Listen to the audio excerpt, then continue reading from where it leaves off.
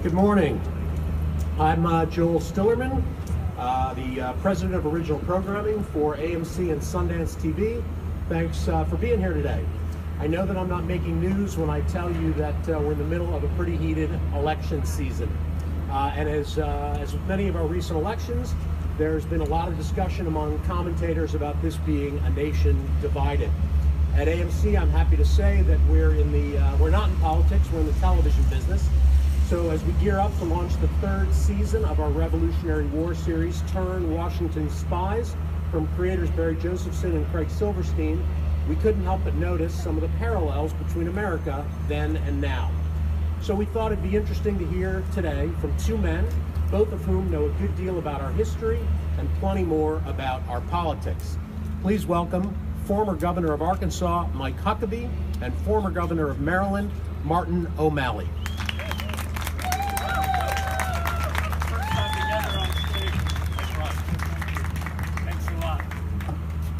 Well, thank you very much, Joel, and thank all of you for being here. Are those guns loaded? I just want to check and make sure before we get too far into this. You might be a little surprised to see Martin and me sharing this stage together today. Believe me, both of us would like to be sharing a stage, but we were hoping it would be much later this year, like in November. I think it's fair to say that America is truly divided. I can also tell you that running for president is an invigorating experience, but boy, does it ever take a lot out of you. The handshakes, the travel, the debates. We often say politics is a whole lot of cold pizza and hot Cokes. It's relentless. And so when AMC asked us to take a look at Turn Washington Spies and ponder some of the parallels in our history, quite frankly, it didn't take a whole lot of convincing.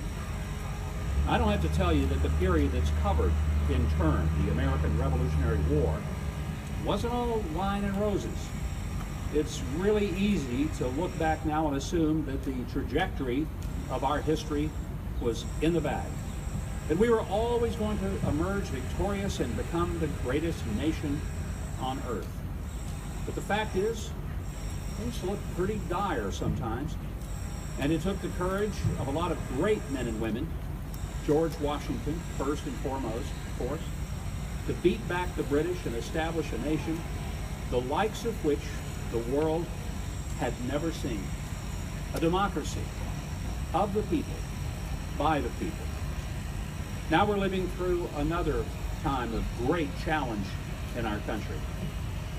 Martin and I agree that there is a lot of divisiveness going out there on the campaign trail.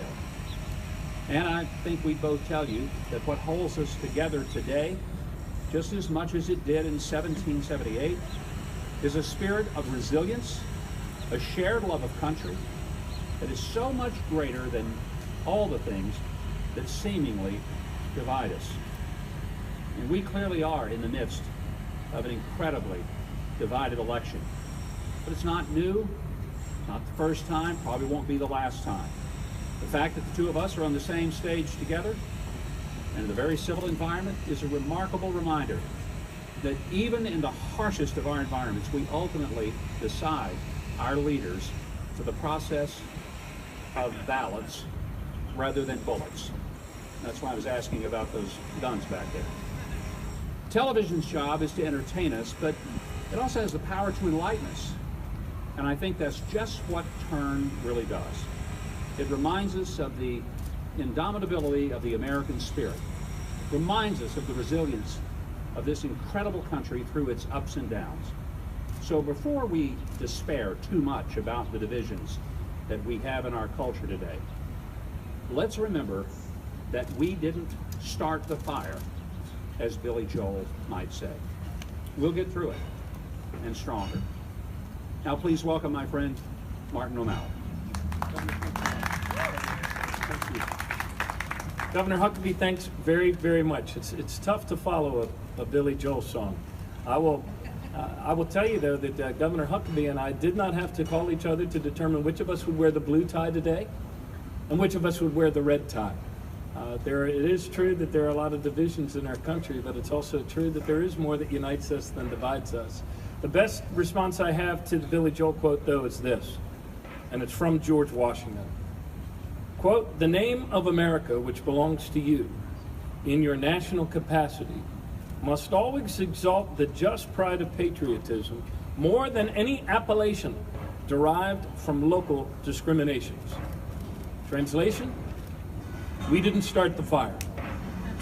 More specifically, what I think Washington was saying was this, that Americans should define ourselves not by what divides us, but by the important ideals and values that we share, the aspirations and the hopes that we share, which seems to be pretty prescient and timely advice. It is a challenging time in our country. As Governor Huckabee said, the stakes are high, but the stakes were also high in 1796 when Washington uttered that quote as he worked to rebuild a country torn apart by war. I'm fond of saying that history is all that keeps us here. And indeed, history has a lot to teach us. It's a roadmap, not just of our past, but if we listen, it can also point the direction forward towards our future. And that's one of the things I appreciate about Turn. Since leaving the campaign trail myself, I've actually had occasion to sit and watch some television.